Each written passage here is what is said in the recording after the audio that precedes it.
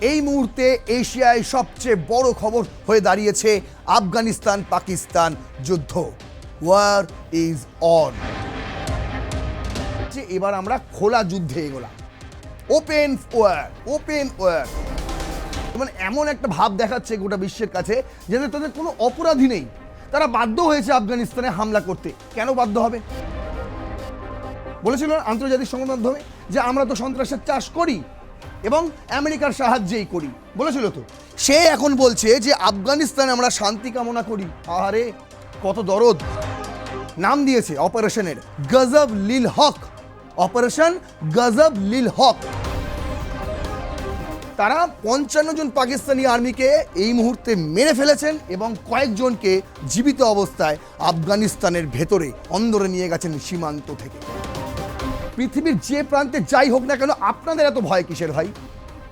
কিসের ভয়? কারণ আপনাদের ওই জঙ্গি দেশটা আর জঙ্গি দেশ থাকবে না, সেই কারণে মানচিত্র থেকে মুছে যেতে পারে এই কোনো আতঙ্ক রয়েছে আপনাদের মধ্যে। F-16, পাকিস্তানের F-16, পাকিস্তানের গর্ব, পাকিস্তানের দম্ভ ভেঙে চুরমার। তারা যতই এদিক ওদিক করে লম্পজম্প করুক না কেন, শেষ পর্যন্ত তাদের চুপ করেই মাটির ভেতর ঢুকে যেতে হবে, কথা দিলাম। আবারও অতর্কিতে হামলা, আবারও আফগানিস্তানের সাধারণ বাসিন্দাদের লক্ষ্য করে হামলা। একের পর এক এয়ার স্ট্রাইক, একের পর এক বোমারু বোম। আফগানিস্তানে ফের হামলা পাকিস্তানের। কিন্তু এবার কেন বুঝতে হবে আপনাদের। ঠিক যেই সময় ইসরায়েল সফরে নরেন্দ্র মোদী, তার আগেই পাকিস্তানের সংসদে পাশ হয়ে গেল একটি প্রস্তাব। কি প্রস্তাব? ভারত আর ইসরায়েলের যে আয়রনিক্যাল অ্যালায়েন্স হচ্ছে, যে হেক্সাগন অ্যালায়েন্স, যেখানে আরও অনেকগুলি দেশ থাকতে চলেছে, সেই অ্যালায়েন্সের বিরুদ্ধে গিয়ে একটা প্রস্তাব পাশ হয়ে গেল পাকিস্তানে। কেন? আতঙ্কে। আর সেই আতঙ্ক এতটাই গ্রাস করলো যে ইসরায়েল নরেন্দ্র মোদী ছাড়ার আগেই আফগানিস্তানে বড়সড় হামলা ঘোষণা করে দিল পাকিস্তান। আর আফগানিস্তান কিন্তু বসে নেই, তারাও কিন্তু পাল্টা আঘাত হানছে। এই মুহূর্তে এশিয়ায় সবচেয়ে বড় খবর হয়ে দাঁড়িয়েছে আফগানিস্তান পাকিস্তান যুদ্ধ। War is on. আর এই যুদ্ধে কার লাভ কার ক্ষতি, একটু হিসেব নিকেশ মিলিয়ে নেব আজকের এই এপিসোডে। তবে প্রথমেই জানিয়ে রাখি, পাকিস্তান অনেক দাবি করছে। আদৌ কি তাই তাদের দাবি সত্যি, নাকি আফগানিস্তান পাকিস্তানের যে দম্ভ, সেই দম্ভ নিমেষে চূর্ণ করে দিয়েছে? সেই প্রশ্নের উত্তরই আজকে খুঁজব। তাই আমাদের আজকের হেডলাইন্স, পাকিস্তান প্রাইড ক্রাশড। পাকিস্তানের যে দম্ভ সেটা চূর্ণ হয়ে গিয়েছে। শেষ পর্যন্ত দেখুন, বুঝে যাবেন কেন এমন হেডলাইন রেখেছি। চলুন তাহলে শুরু করা যাক রণক্ষেত্র। আপনাদের সঙ্গে রয়েছে আমি নারায়ণ। শুরুতেই আমি যে স্লাইডটা রেখেছি আপনাদের জন্য, দেখুন কি ঘটেছিল। দ্য গার্ডিয়ানের রিপোর্ট। আমি কোনো ইন্ডিয়ান পত্রিকা নয়, কোনো পাকিস্তান পত্রিকা নয়, সরাসরি দ্য গার্ডিয়ানের রিপোর্ট আপনাদের সামনে তুলে ধরেছি। দেখুন তারা কি খবর করেছে, হেডলাইন করেছে, Pakistan bombs Kabul after intensifying border clashes with Afghanistan. কবে? Escalations of violations between the volatile neighbors makes a Qatar immediate ceasefire appear increasingly shaky. কাতার যে একটা পাকিস্তান আফগানিস্তানের মধ্যে একটা সমন্বয় করার চেষ্টা করেছিল, সেটাও কিন্তু ব্যর্থ হলো। এই যে হামলা, এই হামলায় বোঝা যাচ্ছে কি হয়েছে। পাকিস্তান হঠাৎ করেই কাবুলে আবার বোমা বর্ষণ করেছে, কোনো রকম প্ররোচনা ছাড়াই। কেন বলছি বারবার একই কথা কেন বলছি? তার কারণ আফগানিস্তানের দাবি এমনটাই যে কোনো রকম প্ররোচনা ছাড়াই পাকিস্তান আবারও হামলা করেছে এবং তাদের যে মন্ত্রী পরিষদ, তাদের যে মন্ত্রী, তারা বলে ফেলেছে এবার আমরা খোলা যুদ্ধে এগোলাম, ওপেন ওয়ার। এমনটাই তারা লিখেছে। কি লিখেছে দেখুন, Pakistan federal minister for information and broadcasting Ataullah তারার claimed the strikes on Friday in Kabul, Paktia and Kandahar killed 133 Afghan Taliban officials and wounded more than 200 with further possible casualties. পাকিস্তানের federal minister information and broadcasting Ataullah তারার, সেই মন্ত্রীর নাম, তিনি একটি tweet করেছেন। আর সেই টুইটে তিনি দাবি করেছেন যে কাবুলে পাকটিয়া এবং কান্দাহারে আমরা স্ট্রাইক করেছি, আর সেখানে 133 জন আফগান তালিবানকে আমরা মেরে ফেলেছি, নিহত করে ফেলেছি, একদম খতম করে দিয়েছি। বুঝতে পারছেন? এবার কি বলছে? বলছে উইথ ফার্দার পসিবল ক্যাজুয়ালিটিস, হতে পারে এরপরেও অনেক বেশি আক্রান্ত হয়েছে, তাই 200 বলছে, মোর দ্যান 200, আরও বাড়তে পারে। এটা হচ্ছে পাকিস্তানের দাবি, পাকিস্তানের মন্ত্রীর দাবি। এবং পাকিস্তানের prime minister Shehbaz Sharif said Friday that his country's arm force could crass aggressions while the country's defense minister has proclaimed open war. ঠিক যেই সময় এই আতাউল্লাহ তারার এই বক্তব্য জানান এক্সে পোস্ট করে যে 133 জন অফিসিয়ালকে আমরা মেরে ফেলেছি, আফগান অফিসিয়ালকে, এবং 200 জনেরও বেশি আহত, আমরা এই মুহূর্তে ওপেন ওয়ার ঘোষণা করেছি। এবং তারপরেই প্রাইম মিনিস্টার শেহবাজ শরীফ সেও বলছে আমাদের কিন্তু আর্ম ফোর্স তারা দমে থাকবে না, তারা কিন্তু হামলা করবেন, এমন একটা ভাব দেখাচ্ছে গোটা বিশ্বের কাছে যে তাদের কোনো অপরাধী নেই, তারা বাধ্য হয়েছে আফগানিস্তানে হামলা করতে। কেন বাধ্য হবে, কী কারণে? ঠিক সেই সময় যেই সময় ইরানে হয়তো যখন তখন হামলা করে দিতে পারে আমেরিকা, এমন একটা পরিস্থিতি এই মুহূর্তে তৈরি হয়েছে যে যে কোনো সময় ইরানে হামলা করে দিতে পারে আমেরিকা। ঠিক সেই সময় দাঁড়িয়ে পাকিস্তান হামলা করে দিল আফগানিস্তানে। এখানেও কিন্তু টুইস্ট আছে, বুঝতে হবে আপনাদের। আবার বলে দিচ্ছি, একই সন্ধিক্ষণ ঠিক যেই সময় ইসরায়েল ছাড়ছেন ভারতের প্রধানমন্ত্রী নরেন্দ্র মোদী, আপনাকে সন্ধিক্ষণটা বুঝতে হবে। এবার কি বলছে? In a post on x Friday defence minister Khawaja Mohammad Asif said that Pakistan had hopped for piece in Afghanistan. এই যে খোয়াজা মোহাম্মদ আসিফ, ওই যে মূর্খটা যে অ্যাকচুয়ালি সন্ত্রাসের চাষ করে, বলেছিল আন্তর্জাতিক সংবাদ মাধ্যমে যে আমরা তো সন্ত্রাসের চাষ করি এবং আমেরিকার সাহায্যেই করি, বলেছিল তো। সে এখন বলছে যে আফগানিস্তানে আমরা শান্তি কামনা করি। আরে কত দরদ! কেন? After the withdrawal of NATO forces and expected the Taliban to focus on the welfare of the Afghan people and regional stability. কত লম্বা চওড়া ডায়লগ! বলছে যে ন্যাটো উইথড্রল করার পর আমরা ভেবেছিলাম হয়তো আফগান সরকার সাধারণ আফগান বাসিন্দাদের ভালো করে দেখাশোনা করবে, তাদের ওয়েলফেয়ার দেখাশোনা করবে এবং যাতে তাদের পরিস্থিতি স্টেবিলিটি থাকে সেই দিকে তারা নজর দেবে।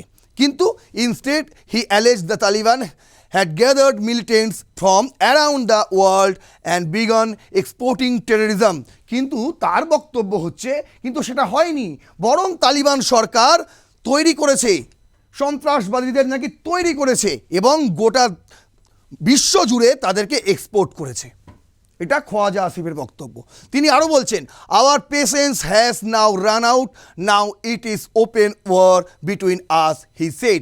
বলছে আমাদের পেশেন্স, আমাদের ধৈর্য, এবার ধৈর্যের বাঁধ ভেঙেছে, তাই আমরা এবার খোলা যুদ্ধে ঝাঁপিয়েছি। কি বলছে? এটা একটা নামও দিয়েছে, বলছে পাকিস্তান রিটেলিয়েটরি অপারেশনস গজব লিল হক, নাম দিয়েছে অপারেশনের গজব লিল হক, অপারেশন গজব লিল হক, এই একটা নাম দিয়েছে।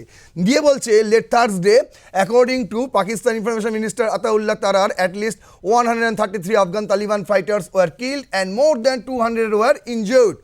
এখানেও একই কথা বলছে, 133 জন তালিবান অফিসিয়াল তাদেরকে মারা হয়েছে এবং 200 জনেরও বেশি ইনজিওর্ড বলছে আফগানিস্তান ডিফেন্স মিনিস্টার সেড। এবার আফগানিস্তান কি বলছে তাদের কথাও শুনতে হবে। আপনাদের শুধু দেখালাম পাকিস্তান কি বলছে, এবার দেখাই আফগানিস্তান কি বলছে। That 55 Pakistani soldiers had been killed in the border clashes on Thursday. আফগানিস্তানের যে ডিফেন্স মিনিস্ট্রি সেখান থেকে বলা হচ্ছে যে 55 John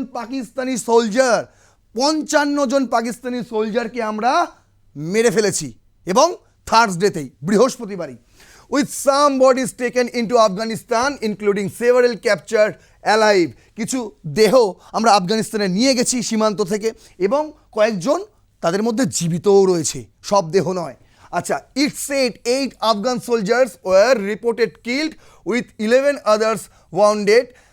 the ministry reported the destruction of 19 Pakistani army post and 2 bases. সেখানে দেখা গেছে যে 8 জন আফগান সোলজার তাদেরকে তারা হারিয়েছে বলে তারা দাবি করেছে এবং 11 জনের মতন এই মুহূর্তে ইনজিওর্ড, সেটাও তারা বলছে। এবং তারা বলছে যে 19টি পাকিস্তানি আর্মি পোস্ট তারা ক্যাপচার করে নিয়েছে, তারা দখল করে নিয়েছে। আর কি বলছে দেখুন, Mosharraf Ali Zaidi spokes person for Pakistani prime minister Shehbaz শরীফের যে মুখপাত্র, তার নাম হচ্ছে মোশাররফ আলী জাইদি, তার বক্তব্য previously denied that any Pakistani soldiers had been captured. তিনি বলছেন কোনো পাকিস্তানি সৈন্যকে আফগানিস্তান এই মুহূর্তে বন্দি করে রাখতে পারেনি, কিন্তু আফগানিস্তানের তালিবান সরকারের দাবি হচ্ছে তারা কয়েকজনকে এরকম জীবিত অবস্থায় বন্দি করেছেন, তারা হচ্ছে অ্যাকচুয়ালি পাকিস্তানি আর্মি, এবং তারা 55 জন পাকিস্তানি আর্মিকে এই মুহূর্তে মেরে ফেলেছেন এবং কয়েকজনকে জীবিত অবস্থায় আফগানিস্তানের ভেতরে অন্দরে নিয়ে গেছেন সীমান্ত থেকে। এটা আফগানিস্তানের দাবি। আর পাকিস্তান বলছে না না, আমাদের কোনো সৈন্য ওরা বন্দি করে রাখতে পারিনি। কিন্তু আপনাদের একটা ভিডিও দেখাচ্ছি, দেখুন। 20-28 नाम समीन रैंक्स नायक बंदों को कितने फासले पे मारा था? बंद 3 मीटर से 4 अच्छा, और पहले किसको मारा था?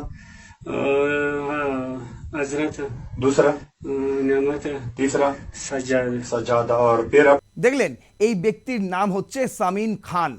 তিনি পাকিস্তানের ফ্রন্টিয়ার কর্পস, অন্তত তার ব্যাচে এমনটাই লেখা আছে। এবং তাকে জিজ্ঞাসা করা হচ্ছে, আফগান অফিসাররা তাকে জিজ্ঞাসাবাদ করছে যে কীভাবে, মানে কোন কোন উপায়ে আপনারা হামলা করতে এসেছিলেন বলুন। তিনি একের পর এক জবাবদিহি করছেন। দেখলেন, তাহলে পাকিস্তান এতদিন যে দাবি করছে যে আমাদের কোনো সৈন্যকে তারা আটকে রাখতে পারিনি, কিন্তু আফগানিস্তান বলছে প্রায় অনেক জনকেই, 55 জনকে তো আমরা মেরে ফেলেছি, আর কয়েকজনকে অ্যালাইভ আমরা বন্দি করে নিয়ে এসেছি। দেখুন, এরপর আপনাদের দেখাচ্ছি জাবিহুল্লাহ, আফগানিস্তানের তালিবান সরকারের মুখপাত্র। তিনি বলছেন, the cowardly Pakistan military has carried out air strikes in certain areas of Kabul, Kandahar and Paktia. Fortunately there have been no reported casualties. তার বক্তব্য, এই মুহূর্তে সেইখানে কোনো হতাহতের খবর নেই, কিন্তু কাওয়ার্ডলি পাকিস্তান, তার বক্তব্য কাপুরুষ পাকিস্তান এবং পাকিস্তানের মিলিটারি তারা আবারও অতর্কিতে কাবুল, কান্দাহার এবং পাকতিয়ায় হঠাৎ করে স্ট্রাইক করে বসে। এটা তালিবান সরকারের মুখপাত্রের বক্তব্য। এদিকে দেখুন, প্রেসিডেন্ট অফ পাকিস্তান মানে আসিফ আলী জারদারি, তার কি বক্তব্য? তিনি বলছেন, Pakistan will not compromise on peace and territorial integrity. Our arm forced response is comprehensive and decisive.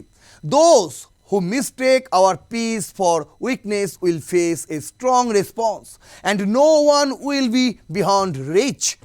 বলছে আমাদের শান্তি এবং টেরিটোরিয়াল ইন্টিগ্রিটির ওপর আমরা কোনো কম্প্রোমাইজ করব না। যদি কেউ আসে ব্যাঘাত ঘটাতে, আমরা তাদেরকে ছেড়ে কথা বলবো না এবং তাদেরকে আমরা দেখিয়ে দেবো স্ট্রং রেসপন্স দিয়ে, কেউ ছাড়া পাবে না।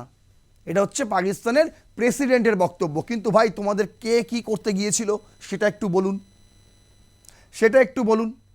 আপনারাই তো প্রথম রবিবার আফগানিস্তানে হঠাৎ করেই একটা এয়ার স্ট্রাইক করে বসলেন। তার তো একটা পাল্টা আঘাত দেবে আফগানিস্তান, নাকি চুপ করে বসে থাকবে? আঙুল চুষতে গেছে ওরা, কলা খাবে বসে বসে। যখন পাল্টা হামলা করলো, আপনাদের গায়ে লেগে গেল। আর ওদিকে ইসরায়েলে গিয়ে মোদি আবার একটা হেক্সাগন অ্যালায়েন্স করছে, সেখানে আপনারা পাল্টা একটা প্রস্তাব জারি করে ফেললেন সংসদে। মানে পৃথিবীর যে প্রান্তে যাই হোক না কেন, আপনাদের এত ভয় কিসের ভাই?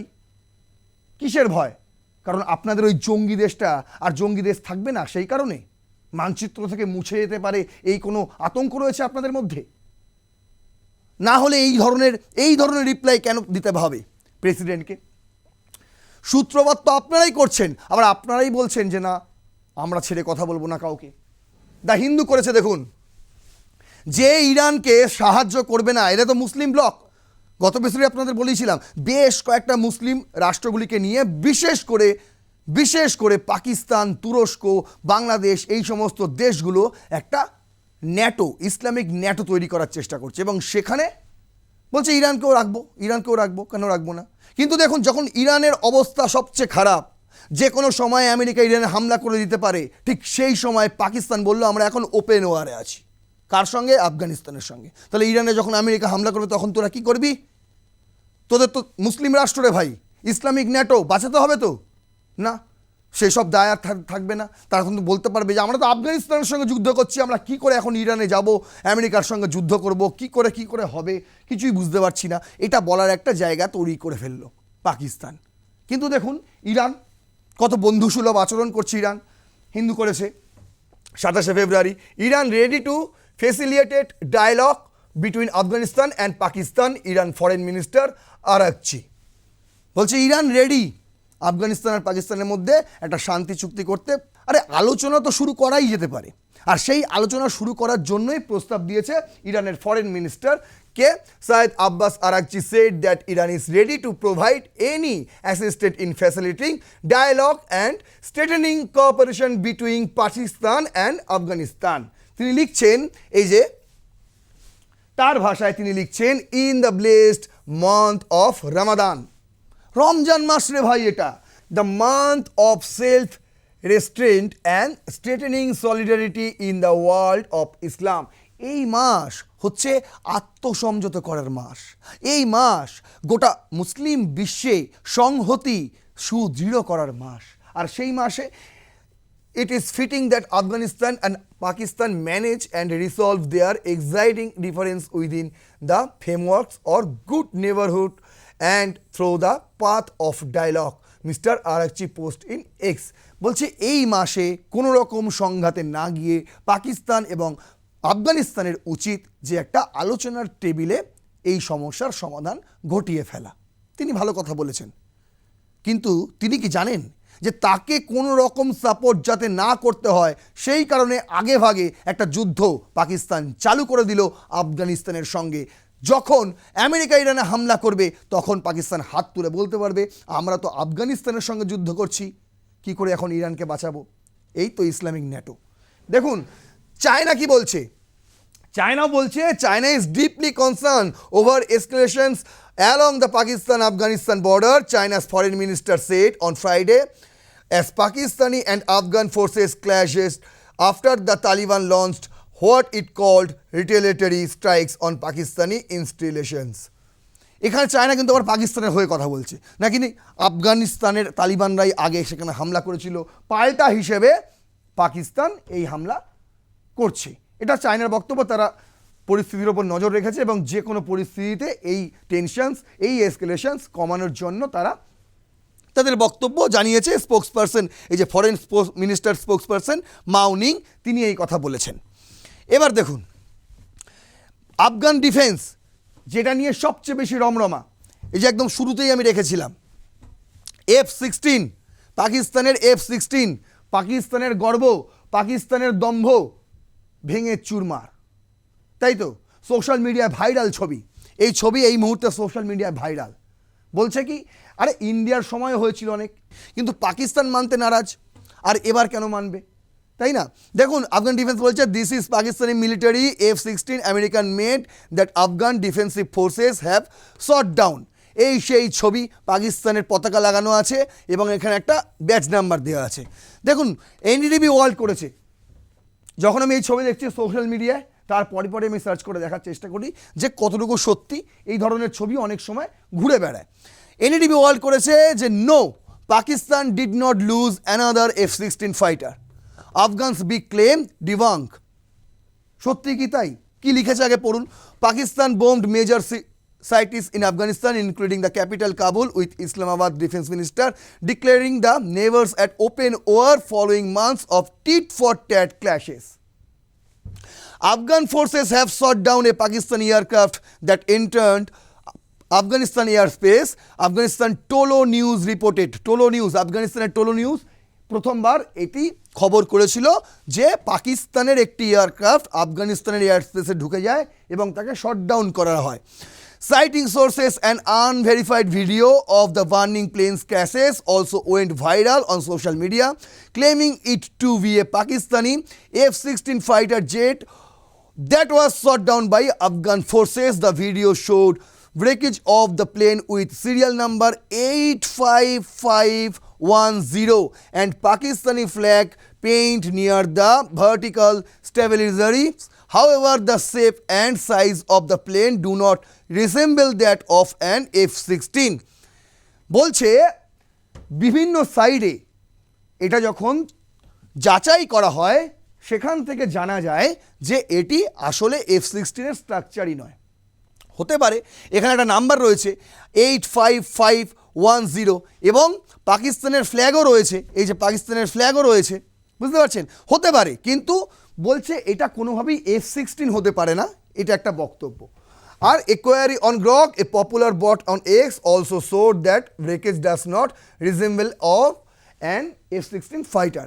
গ্রক এক্সের যে এআই চ্যাটবট তারাও বলছে যে এটা F-16 নয়।